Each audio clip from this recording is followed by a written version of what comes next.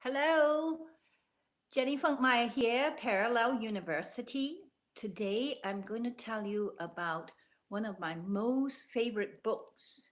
I just made a video about how to treat the common cold, and I realized after I made the video, I realized, like I owe a lot to this book um, written by, well, how do I say it?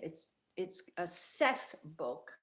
The person who is speaking in the book is a non-physical being, a spirit, and this spirit is being channeled by Jane Roberts, and the person who wrote down everything Jane Roberts said is her husband, Robert Butts. They began in the 1963 and started taking down Seth's channeling material to Jane Roberts. And if you go to YouTube, there's like Jane Roberts channeling Seth, and it's really weird. She is really strange. It's kind of weird. I basically I have read the books. I read this book in about 11 years ago, and every year I read it again. It's one of my favorite books. So anyway, the Seth and Jane Roberts and Robert Butts, the three of them, one spirit, a non-physical being, the wife and the husband wrote it down and the wife channeled the spirit. They they must have published like 50 books. It's amazing. And the books are really, really incredible. The Seth books kind of form my understanding of new reality and took me to a place that it's not old paradigm, let's say.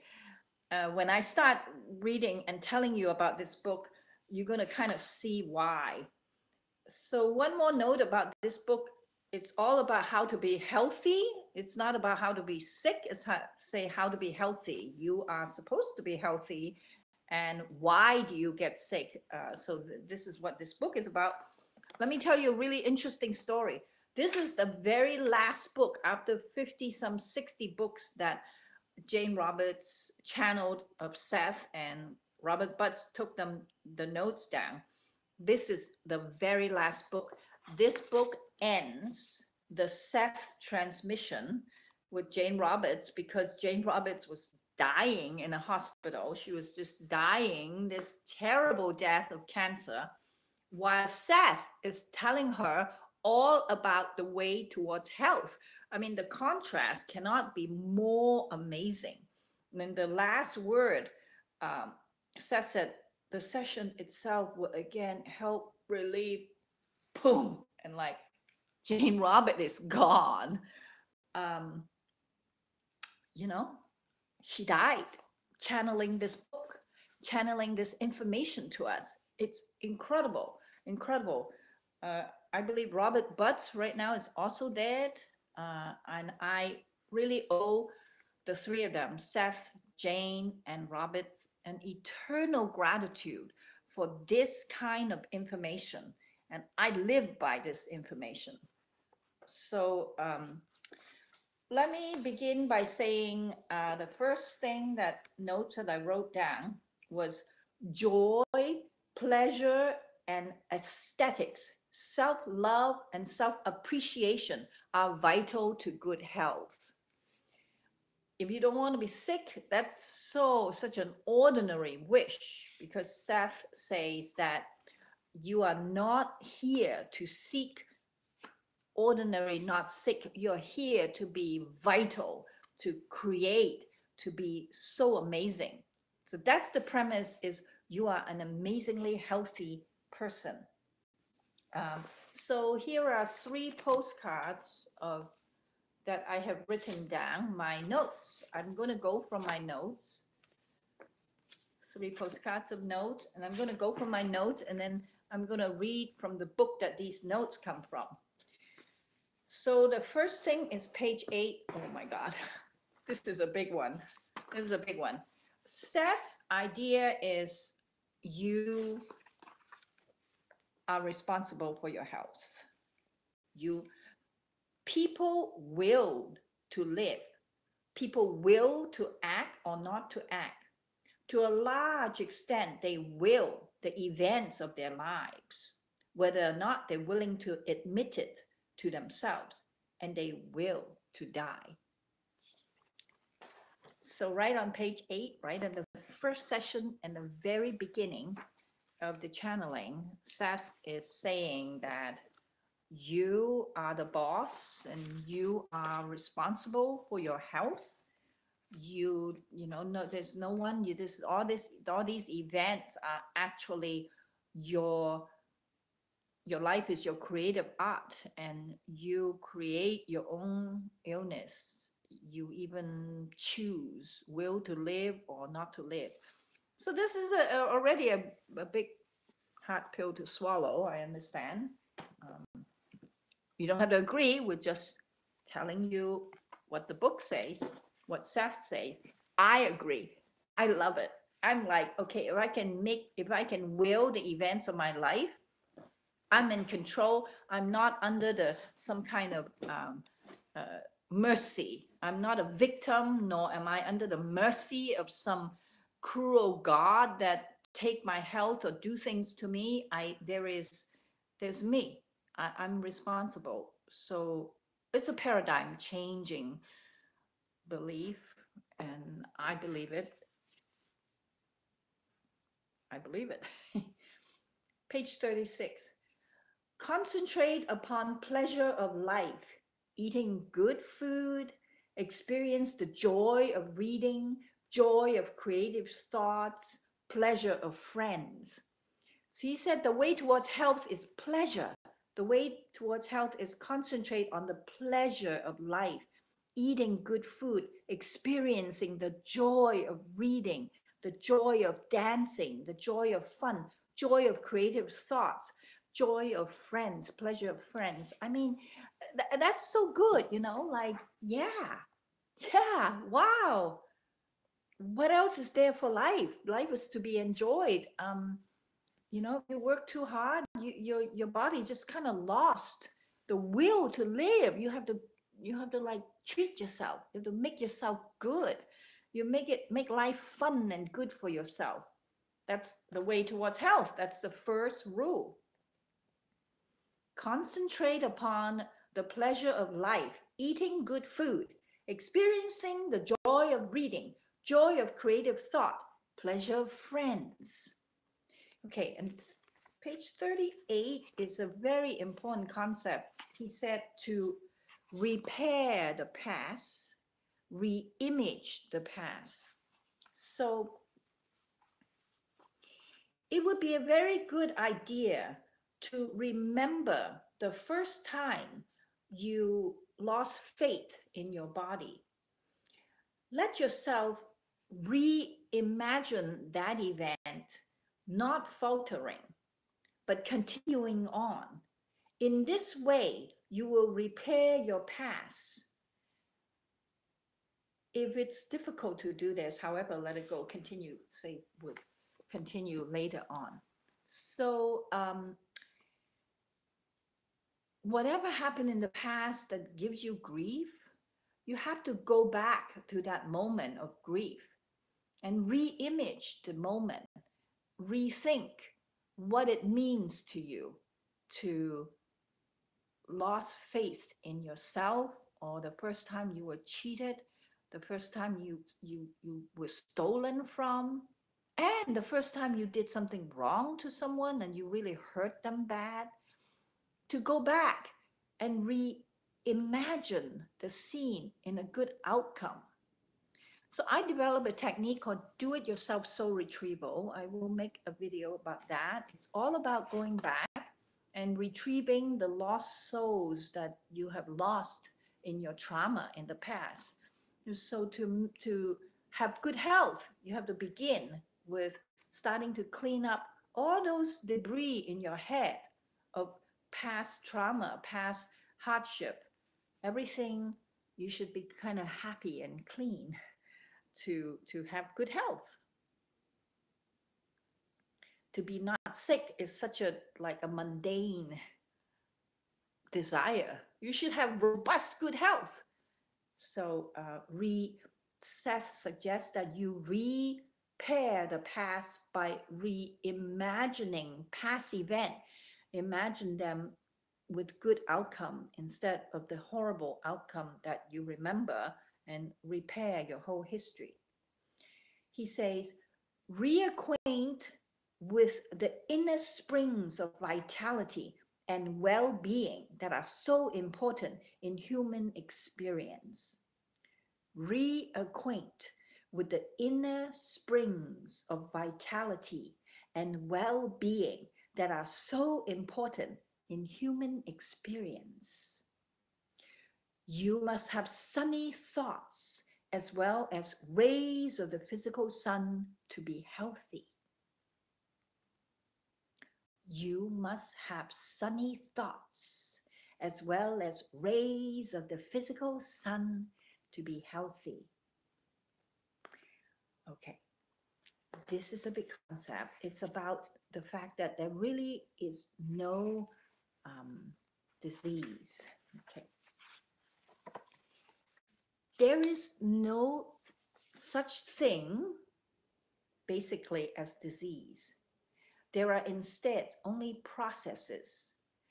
What you think of as disease is instead the result of an overextension of the perfectly normal body processes. You're not attacked by virus, for instance, for all kinds of virus exist normally in the body. Excuse me. Okay. Haha. That was a spontaneous iPhone jumping off of the the iPhone jump off the tripod. Maybe Seth is here. Let me reset.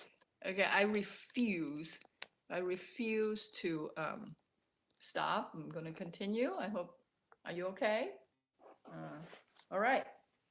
So we said there's no disease. There are iPhones jumping off the tripod, but there's disease. Disease is a process.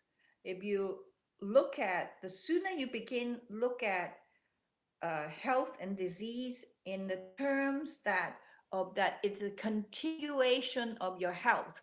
It's just a different kind of health. Disease is the body trying to deal with a certain problem and certain misunderstanding. Certain feelings and beliefs do indeed promote health, while others promote an unfortunate extension of perfectly normal body processes of vital activity. So he's saying that certain feelings and beliefs promote health, and certain unfortunate feelings and beliefs promote illness, and that's why you get it. Your own feelings, thoughts, and belief leads you to seek bouts of illness. It leads you to seek that. Certainly, such ideas will sound like medical hearsay to many readers, but the sooner you begin to look at health and disease in these new terms, the healthier and happier you will become. You are not one thing and illness another. For your thoughts and emotions are the triggers that lead to bouts of health and bouts of poor health. Once you understand this, you can begin to take steps that will serve to promote exuberance and vitality instead of fear, doubts, and disease. you will discover that the so-called disease performs certain services. The disease is performing certain services. They fulfill purposes for you that you may believe you can achieve in no other way. The reason for such illness are not deeply buried in the subconscious as you might think. They are much closer to the conscious mind and usually consist of a series of seemingly innocuous decisions that you have made through the years. Other illnesses, of course, may be caused by sudden decisions that are a response to a particular event in your life. People have been taught that their bodies are a kind of battleground, that they must be in a constant state of readiness, lest they will be attacked or invaded by germs or viruses, and the disease can strike without warning. But no, we should concentrate on those inbred positive attitudes, feelings, and beliefs that are constantly improving our sense of well-being, strength, and fulfillment. So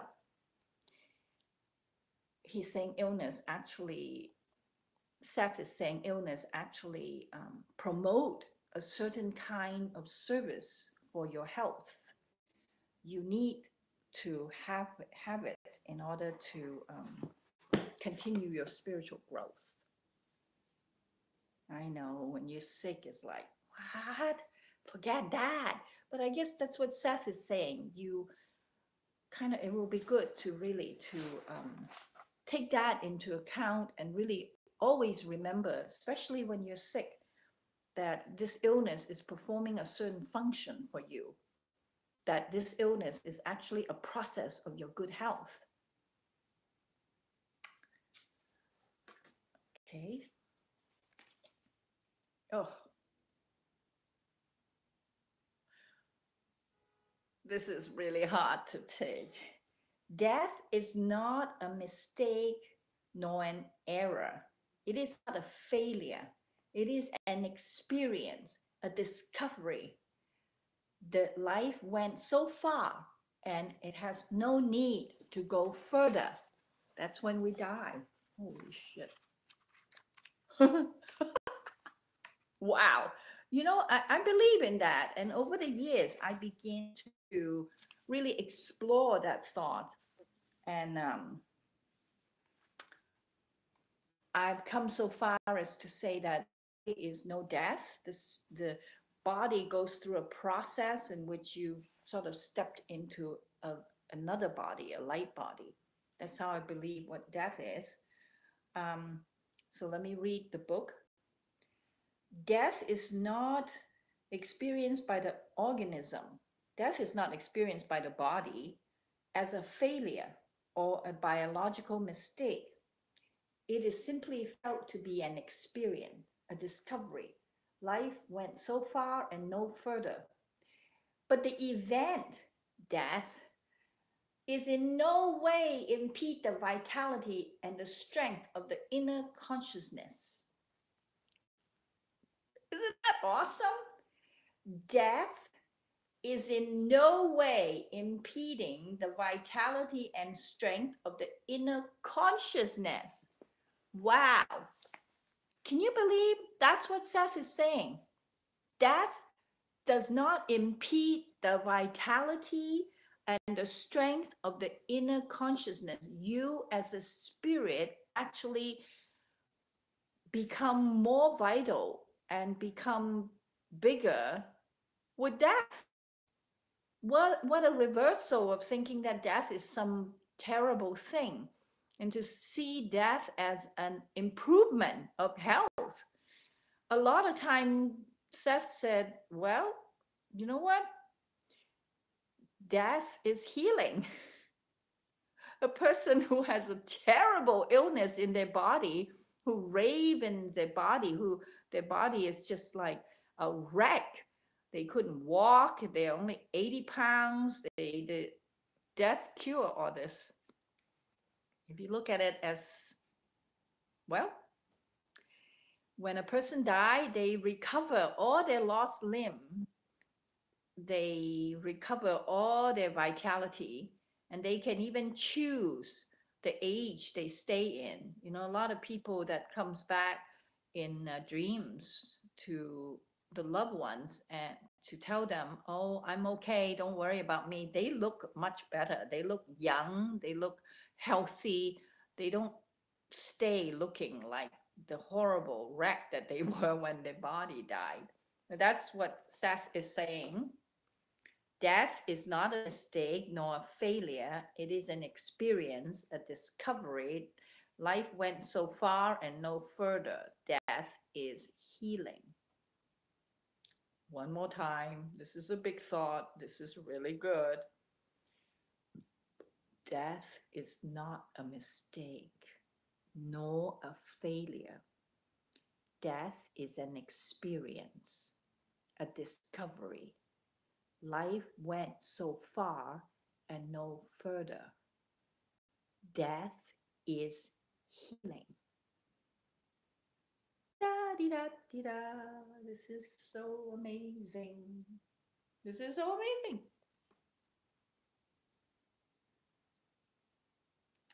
So, Seth says the body has an inbred biological faith. The body has courage and vitality and optimism.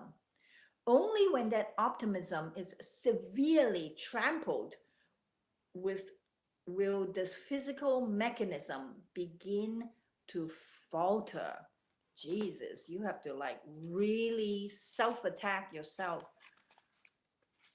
to be to have really terrible illness. The body has an inbred biological faith, has courage and vitality and biological optimism. Only when that optimism is severely tampered with do the physical mechanism falter. So, wow. The body is... Nature is everywhere filled with promise, not mere survival, but promise of beauty and fulfillment. Oh my God. Nature, your body is everywhere. Your body, which is part of nature, is everywhere filled with promise, not mere survival, but with promise of beauty and fulfillment. God, how great is that? Life is everywhere filled with promise. Nature is everywhere filled with promise, not mere survival. It's not just, we're not here to survive. We're here to experience beauty and fulfill our wildest dream, our highest desire, our goals, that's health, that's to be creative, to be doing something, to be happy, to have vitality. That's what we're here to do, not just survival, not just like survival of the fittest. What do you mean, man? We're here to just have fun and be healthy and be amazing. Listen to Seth. The way towards health is simplicity itself. It is the natural and easiest way to behave. Simplicity.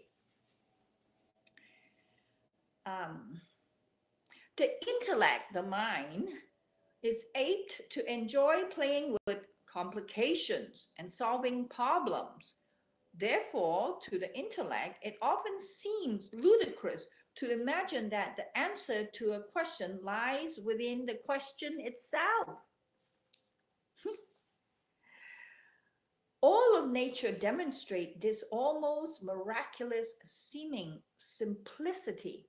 Plants and animals and all of life's aspects takes simplicity quite for granted, that the sun will shine and the rain will fall in the way best conducive to all creatures. Animals certainly do not worry about tomorrow's weather condition. It may be true that animals do not need to know tomorrow's weather, since they do not plant seeds or collect the harvest. It is perfectly fine to make plans for the future. Yet each individual should live day by day without worrying about the outcome of those plans. You can make plans, but you shouldn't worry about how they come out. You make plans to make your mind happy. And after you make the plan, your mind is happy, just forget it. Simplicity itself. The way towards health is simplicity itself. Don't let your mind make things too complicated. When it gets too complicated, it's like when someone asks you to sign something that is like 40 page of fine print. No, that's like not simplicity, man. That's like there's something wrong. That's detrimental to my health. I can't even like do that. I can't even read it. No, everything has to be very simple for me. I'm a very simple girl. The physical body can only react in the present moment. Worrying about future events or dwelling upon past unfavorable situations only confuses the body's mechanism and undermines the precise activity in the present moment. Wow. The physical body can only react in the present moment. Worrying about future events or dwelling upon past unfavorable situation only confuses the body's mechanisms and undermine their precise activity in the present moment. Just like focus on what's going on right now. Don't worry about the future and the past. We know that, but it's hard to do. It's hard to do. It is against nature's purpose to contemplate a dire straight future. For all of nature operates on the premise that the future is assured. Nature is everywhere filled with promise, not only the promise of mere survival, but the promise of beauty and fulfillment. This keen sense of promise is innate within each portion of the body. It triggers the genes and chromosomes into their proper activity. It promotes feelings of optimism, exuberance, and strength. Nature is everywhere filled with promise, not with mere survival, but the promise of beauty and fulfillment. This keen sense of promise is innate within each portion of the body. It triggers the genes and chromosomes into their proper activity, and it promotes feelings of optimism, exuberance, and strength. Wow. Our body is just expecting good things to come. It never prepares for a horrible, dire straight future. And you shouldn't be. That's why Seth said, repair the past, re-image the unfavorable situations. It's not bad. Everything is good. Your mind's making it bad. Don't let it go bad. As you awaken to a new beginning, take each day as it is, one day at a time. Self-delight and self-approval make your work possible. It is important in connection with exuberant health and well-being. Oh my God, I gotta read that passage. Isn't that amazing? That is so amazing. Page 99. Oh my God, this is a good one.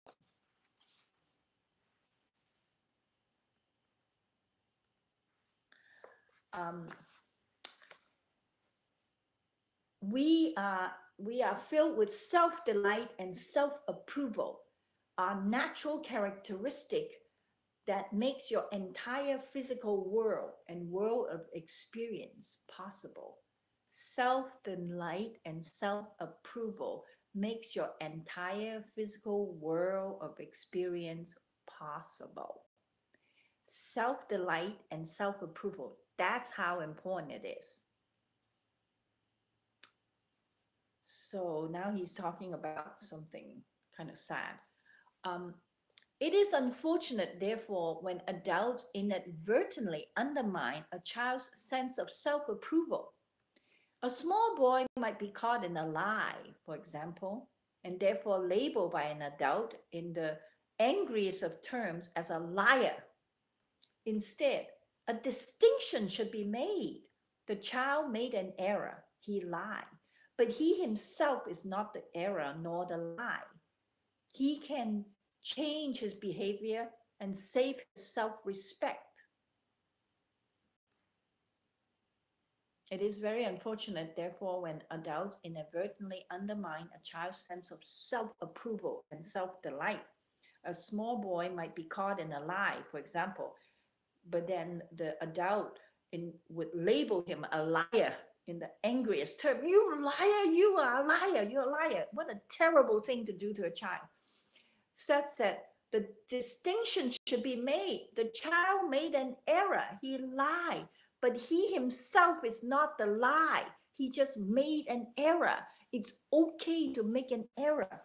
Don't forget, self-delight and self-approval are natural characteristics. They make the entire physical world possible. Self-delight and self-approval. Don't ever forget that. Always approve yourself. Always love yourself. Always say, it's self-approval. Approve yourself. Self-approval. Approve yourself. Okay.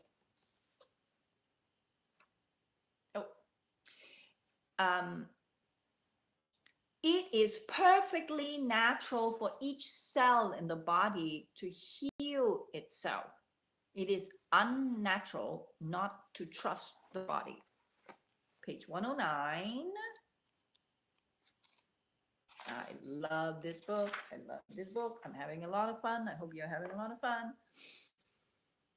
It is perfectly natural for each cell in the body, for each organism and each portion of the body to heal itself. And in the same term, it is really unnatural, there's nothing natural about it, not to trust the body. Rather than looking at the body with suspicion.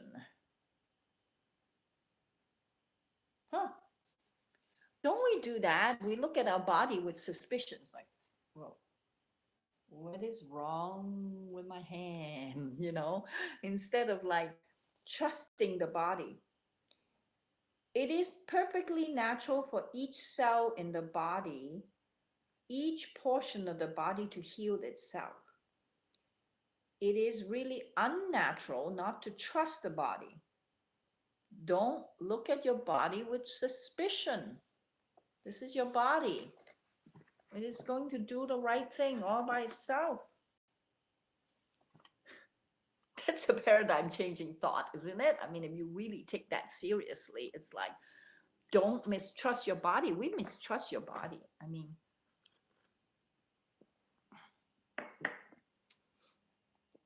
like when we, you know, when we fart, when we pass gas, we go, oof, oof, I'm so sorry.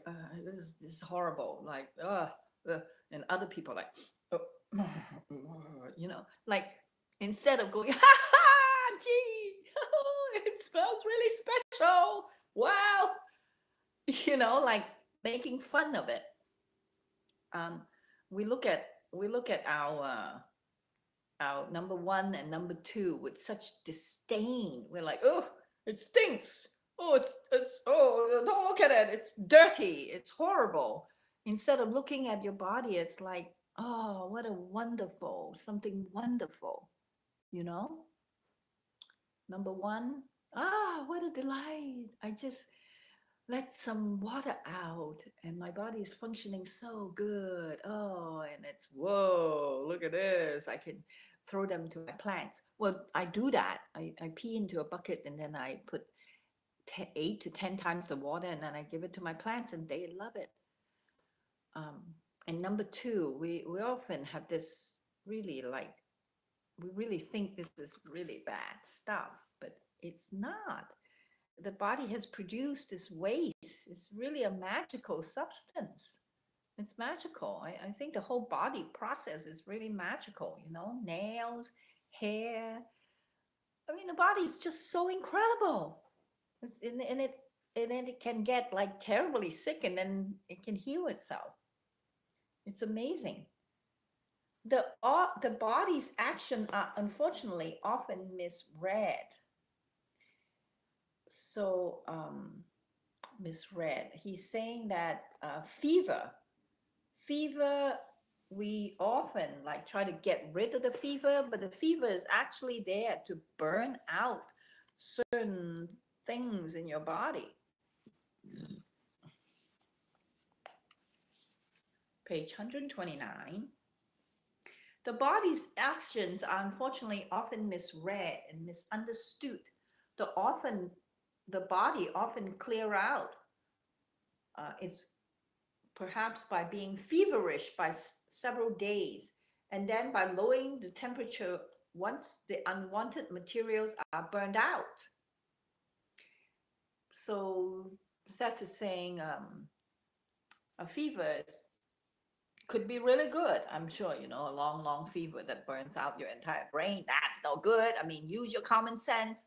But if it's like you experiencing some hotness and you're feeling, like that. So the body is doing its job. It's taking out, using the temperature to burn out unwanted materials. Fever is a good thing. It may store urine to retain minerals at one time and urinate seemingly to excess in other. So sometimes you like don't pee for a long time, and then sometimes you pee a lot because the body knows how to adjust. It's trying to like get the adjustment.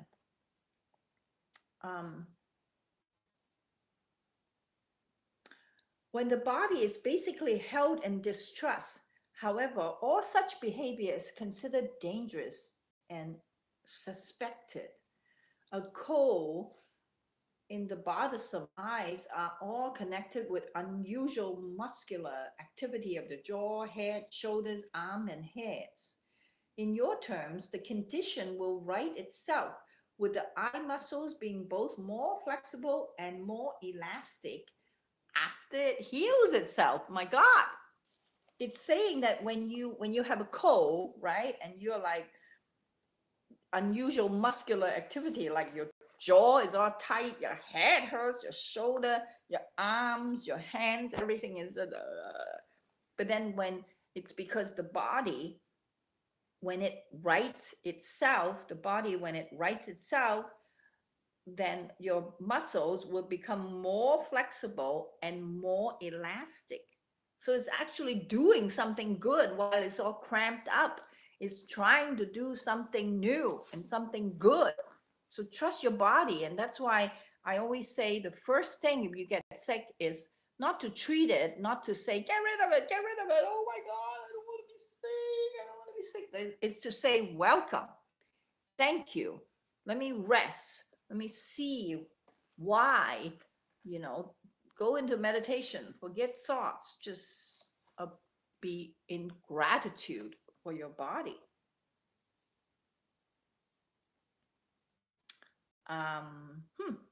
There are innumerable stages of health, from high to low. Death prunes the planet. Death is health. Holy shit. 140, page 140.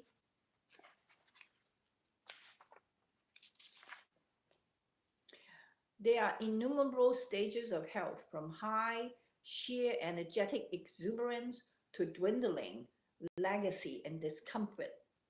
In that sense,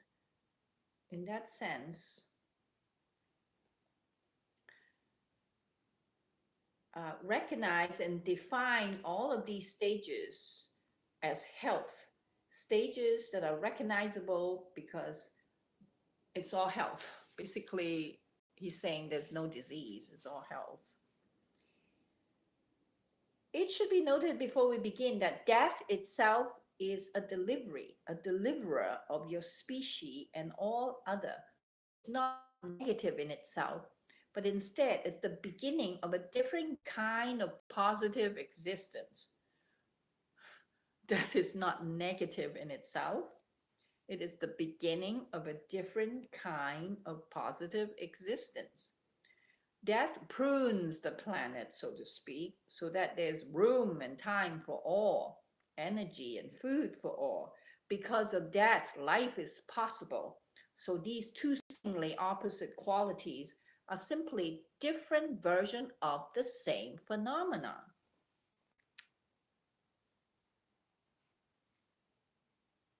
If death disappeared on your planet even for an hour, all of life would be threatened. And if all life possible suddenly emerge at once, they must all surely be annihilated. Annihilated. Death is indeed a path of life. Death is indeed a part of life. And even more, we say that death is healthy. That is health. Oh my God, I wrote a screenplay about two women that's healing from cancer. And that was when I was a filmmaker. And the scene for the one of the women is death is healing. And it's a very neat way of saying it. Anyway, I digress. I digress. Okay. There are innumerable stages of health, from high sheer exuberance to dwindling legacy and discomfort. Death is health.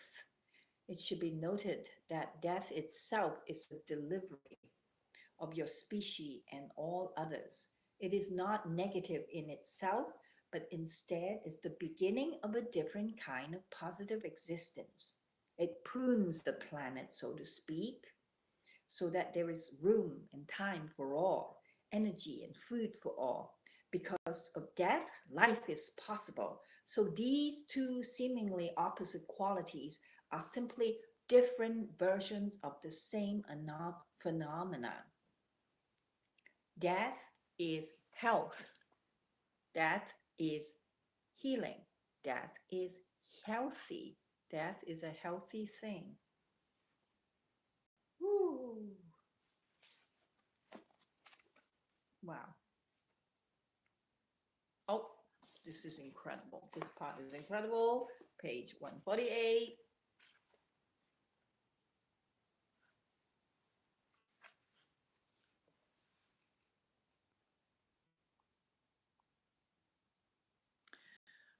Um, the conscious mind is one brilliant segment of your larger consciousness, but it is composed of the same universal energy and vitality that composes all consciousness.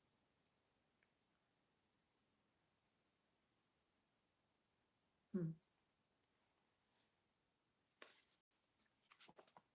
Okay.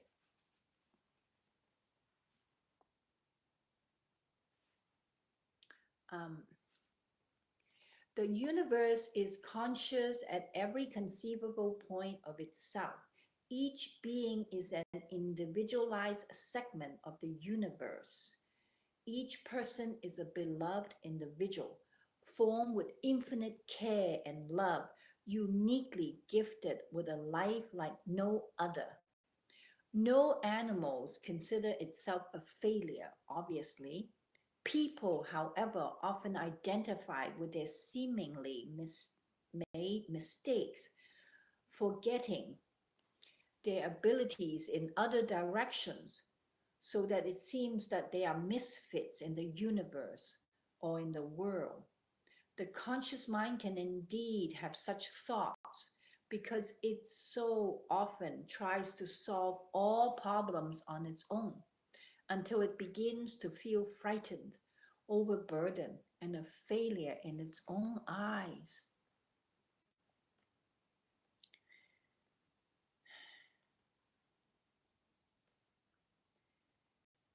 Be aware of the infinite power and strength that compose the very fabric of your being. Be aware of the infinite power and strength that compose the very fabric of your being. The knowledge itself can let you relax let go, so that it feels life is couched and safe, and know yourself to be indeed a beloved child of the universe, both ancient and young at once, with an identity far beyond the annals of time. Ha, ha. Such a reminder can often allow the inner self to send needed messages of strength and love through the various levels, appearing as inspiration, dreams, or simply pure bursts of feelings and energy and happiness. One um, self condemnation or dislike of the self, if you don't like yourself, it is detrimental to your good health. Don't like yourself, it is detrimental to your good health. Self worth, self esteem, pleasure with your own abilities promote feelings of well being, health, and exuberance.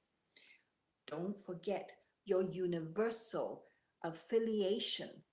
You are the beloved child of the universe, both ancient and young at once, with an identity far beyond the annals of time. Don't forget your universal affiliation. You are the beloved child of the universe, both ancient and young at once, with an identity far beyond the annals of time. You are the beloved child of the universe, both ancient and young at once, with an identity far beyond the annals of time. You are the beloved child of the universe, both ancient and young at once, with an identity far beyond the annals of time. Remember your universal affiliation, self-worth, self-esteem, pleasure with your own ability, promote feelings of well-being, health, and exuberance. This is so amazing.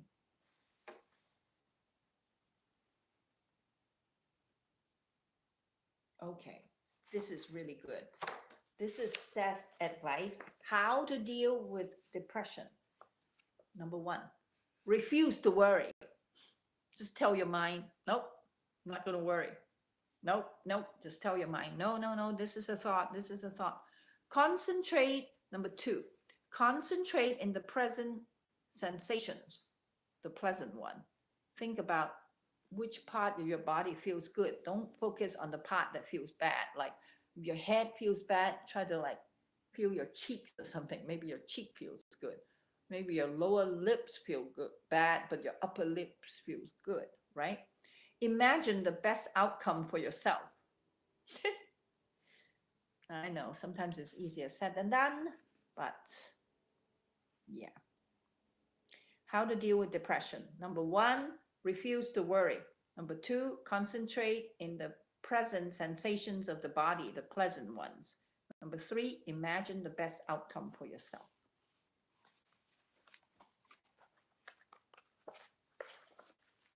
This is really amazing.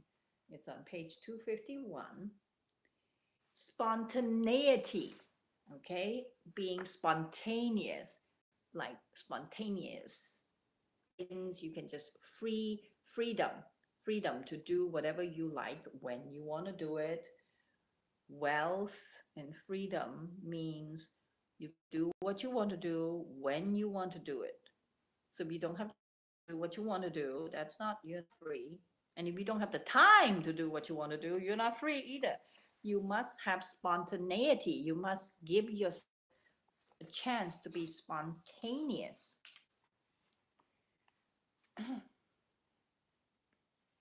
Spontaneity, many people, however, fear spontaneity. It evokes extravagance, excess, and dangerous freedom. Even people who are not so frequently opposed to spontaneity often feel that it is something suspicious, distasteful, even lead to humiliation. Spontaneity, however, actually represents the spirit of life itself. It is the basis for the will to live, for those impulses that stimulate actions, motions, and discovery. In the truest regard, your life is provided for you by these spontaneous processes. Be more at one with yourself. Um, Civilized man has somehow over specialized in the use of one kind of knowledge over another. Too much scheduling and planning, right? Um, People fear the unconscious, spontaneous portion of the self. The fear alone causes them to block out still more unconscious knowledge. Since the spontaneous portions are so related to body activity, they are very important in facilitating good health. When people are divorced from their spontaneous self, they also feel divorced to their own body and their own spirit. Freedom itself, choice, and the ability to change, these are health. These are what good health means. Freedom itself, choices, able to make choices and make changes. People often try desperately to control themselves and their environment against what seems to be a raging, spontaneous mess of primitive impulses from within, and against a mindless, chaotic, ancient force of nature. In the physical world, such behavior often leads to compulsive action, stereotyped mental and physical motion, and other situations with a strong repressive coloration. Any expression of spontaneity and inner freedom is considered taboo. So if you repress your spontaneity, it will come out as an illness. Compulsive behavior, the woman who cleans the house endlessly, whether it needs cleaning or not, the man who follows certain precise, defined routine of activity, driving down certain street to work, washing his hands much more frequently than necessary, the person who constantly button and unbutton a sweater or vest. Many such simple actions shows a typical, stereotypical kind of behavior that results from a desperate need to gain control over oneself and the environment. Your life is provided for you by spontaneous processes. Spontaneity, the freedom to change and to make choices, is the life of the universe. Value fulfillment of each and every element in life relies upon those spontaneous processes, and at their source is the basic affirmative love and acceptance of the self, the universe, and life's condition.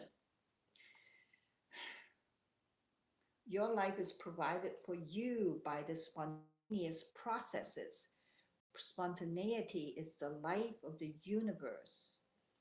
Value fulfillment of each and every element in life relies upon spontaneous processes, and at their source is the basic affirmative love and acceptance of the self, the universe, and life's condition. So things like Tourette's, people who suddenly burst into profanity, not only like, some Tourette sufferers, they might like suddenly fall on the floor and like scream and yell and say F you and, son of a bitch to the boss and things like that. I try to be polite and not say it. um, or some people might, that suffer Tourette, they'd be talking to you and suddenly they go, and then they come right back. So Seth said that is a sure sign that these people are just in a desperate attempt to kill the spontaneity inside their body, the urges of the body, the urge of, basically sexual urges, isn't it? Hmm? Wow, our whole society is so. After I read this, I realized, like, man, our society is so like just wanting to oppress all these. Oh, oh, it's like robbing ourselves of good health, robbing ourselves of our sexual urges, our spontaneity. Because really, when when we are actually spontaneous, a lot of times like shit happens. It's true. We have to control the spontaneity, but yet let the spontaneity out. It's like you have to honor your own darkness, your own way. Somehow it has to be done in to let your spontaneity out, to not to schedule yourself too tightly, to give yourself freedom. Like when you go travel, instead of having each day totally planned, why not do synchronicity freestyle travel? Just go for some spontaneous spontaneous action. Like, instead of having the day so planned out, to just have the day just be spontaneous. Do you do that? Do you like, have like 5 days not spontaneous, but like 2 days really spontaneous, and then maybe gradually make it 3 days spontaneous and 4 days not, and then maybe every day spontaneous. I mean, as much as possible. I try to be like try to say I don't know a lot, and I try to, when people ask me, can I see you, can we make a time to meet, I said, well, yeah, sure, let's, when you want to meet, just like text me and then we'll meet immediately. If I want to meet as well, like being spontaneous allows synchronicity to do the planning for you. Everything is, it's like Seth said, it's nature is everywhere, filled of spontaneous processes. So being spontaneous allowed synchronicity to do the planning for you. You no longer need schedule. You no longer really need like to plan when to meet certain people. You can just like, people who you need to meet just shows up. That's what I think. This is chapter 9. It says, you, and you, living at cross purposes.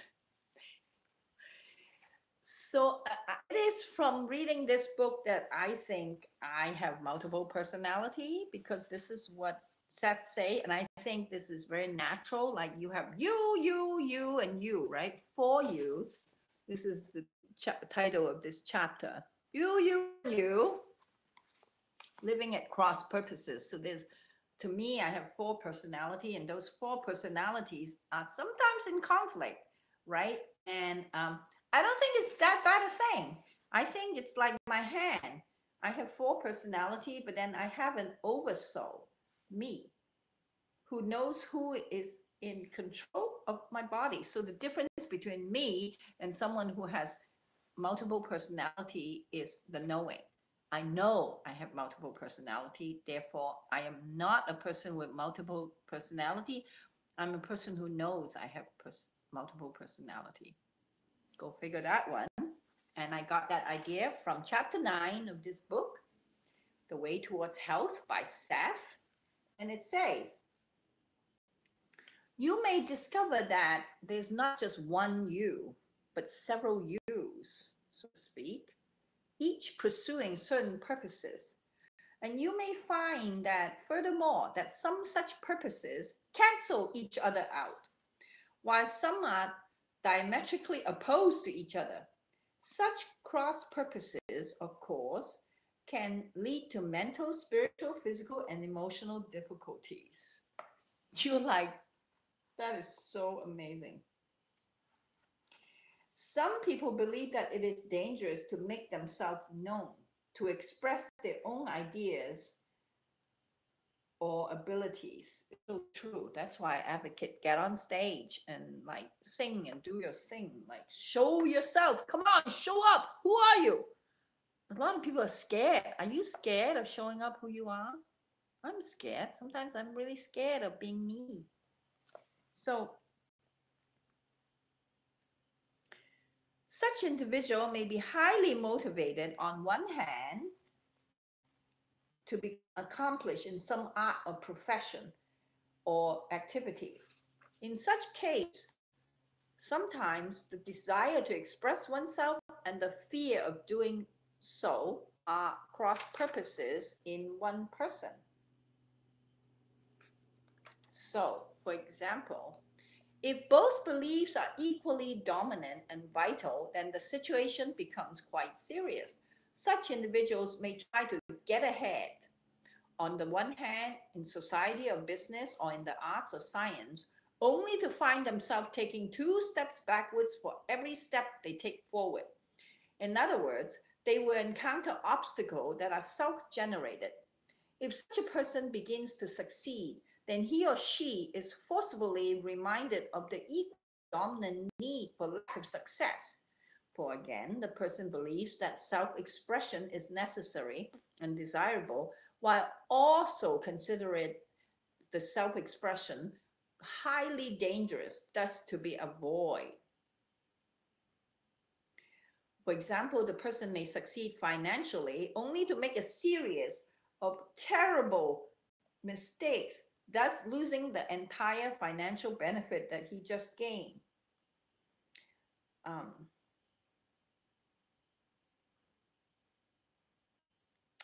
So Seth, right, this is pretty common, right? Self-sabotage behavior.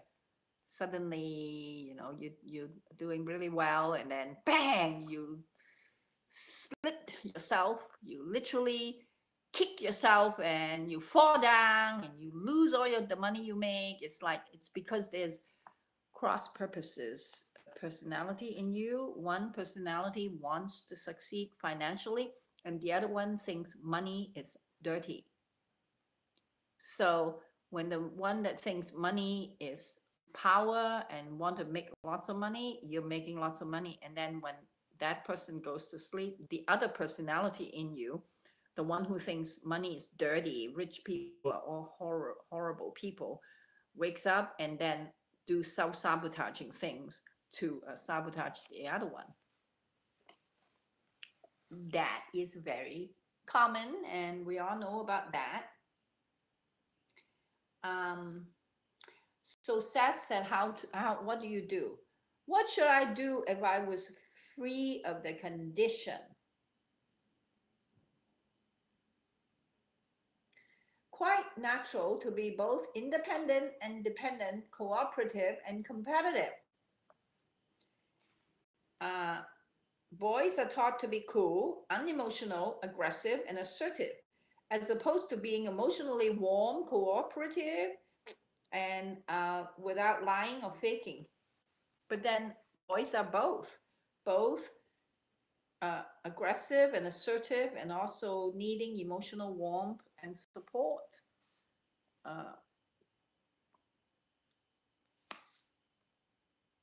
Yeah, it is quite natural to be both independent and dependent, cooperative and competitive.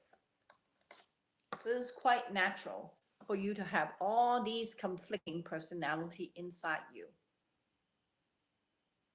We'll let this idea really flourish and think about it a little bit, because this is a paradigm changing thoughts, to know that there's like diametrically opposing cross purpose in you. One of you want to make money and the other one don't want to make money at all, and both of those personalities are you, and you cannot cancel one out and love one and don't love the other, because the one you don't love is going to be mad at you, so you find yourself being sick and mad, and you try to control yourself and it comes out sideways, and suddenly you're talking to someone and you're like fuck you, like Oh shit, I'm so sorry. Know that that's you. Know that that happens. I promise you, knowledge is king. Being known, if the condition does not, you do not know your condition, if you do not know that there's cross purpose in you, it's going to, in the middle of the night, your cross purpose is going to jump up and bite you in the butt. Whereas if you know, it's all the better. Trust me, it really is like that. A person who knows she's insane is not an insane person. What kind of person is she? She's a person who knows she's insane. Somehow the observation changes the observed. There's no need to do anything as the observer nor the observed. You don't have to do things to really change yourself. Just the knowledge itself is the medicine. The knowledge itself is indeed healing. So, wow.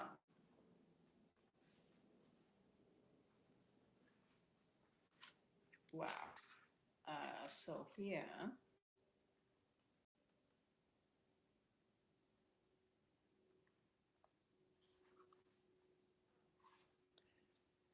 how to uh, how to deal with depression. I already talked about that, but this is in page 300. There's a very big outline.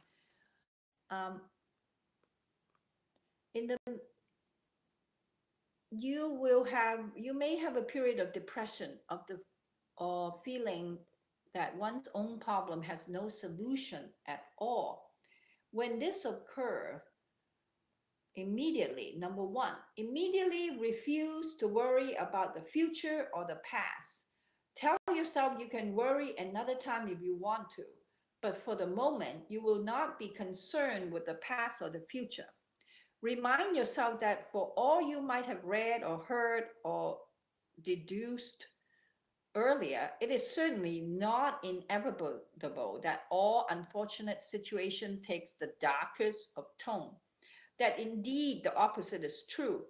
For if which were the case, the world and all of life would have literally been destroyed through disaster and calamity.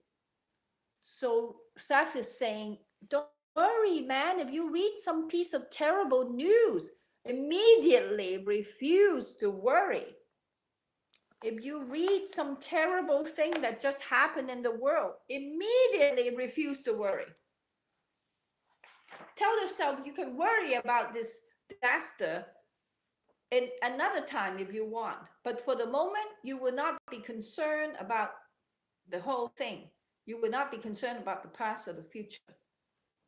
Remind yourself that for all you might have read or heard or deduced earlier, it is certainly not inevitable that all unfortunate situations take the darkest of tones, that indeed the opposite is true. My God, that's a mouthful. He's just saying that there may be some terrible thing that just happened, but it may not be a bad thing at all. Remind yourself that it could be good. The opposite could be true. It could be something that, humanity need. Of course, it's hard to see sometimes, but just remind yourself, immediately refuse to worry. If you read some bad news, immediately refuse to worry. Just like, no, I'm not worrying. Number two, concentrate upon the concentrate upon the present moment. Concentrate upon the most pleasant aspect of the present moment. Resolutely bring into your mind whatever images that delight or please you at the moment. They can be very simple things.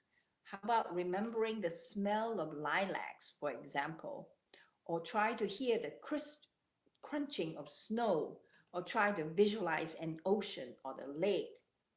All these procedures will serve to quiet your mind and body and build up your own strength. Number three, imagine your best outcome. Imagine best outcome for yourself. Like, Oh, okay. I refuse to worry. I think of an ocean, and it's so the waves are going woo, woo, so wonderful.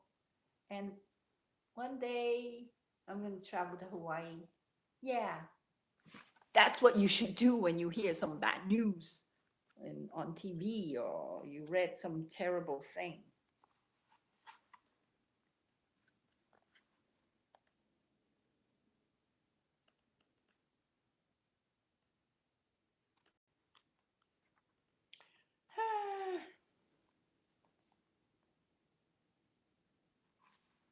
um, there are some people who believe that life is meaningless, that it has no purpose. It cannot be more wrong. Uh-huh. It says, why don't you believe in life? You can sign. Dogma is more about this. Dogma is more religious than scientific, for it also you also expect to believe without proof and faith alone. And Seth said, you can have reason alone, but why can't you have faith alone? You don't have to have reasons for anything. You can just have blind faith that life is good, that everything is going well. You can just choose to believe that, you know. You don't have to have reason. You don't have to have your mind tell you things are not going well. You can just choose to say, no, this means something good is happening. Yeah, I just watched this terrible news, but this must mean something good is happening. All right. Here's the book, The Way Towards Health. And I am your Parallel University teacher, Jenny Funkmeyer, signing off. In the parallel universe, all is well. Don't forget, you are the beloved child of the universe, both ancient and young at once, with an identity far beyond the annals of time. You are amazing. Your body heals itself. You are spontaneity itself.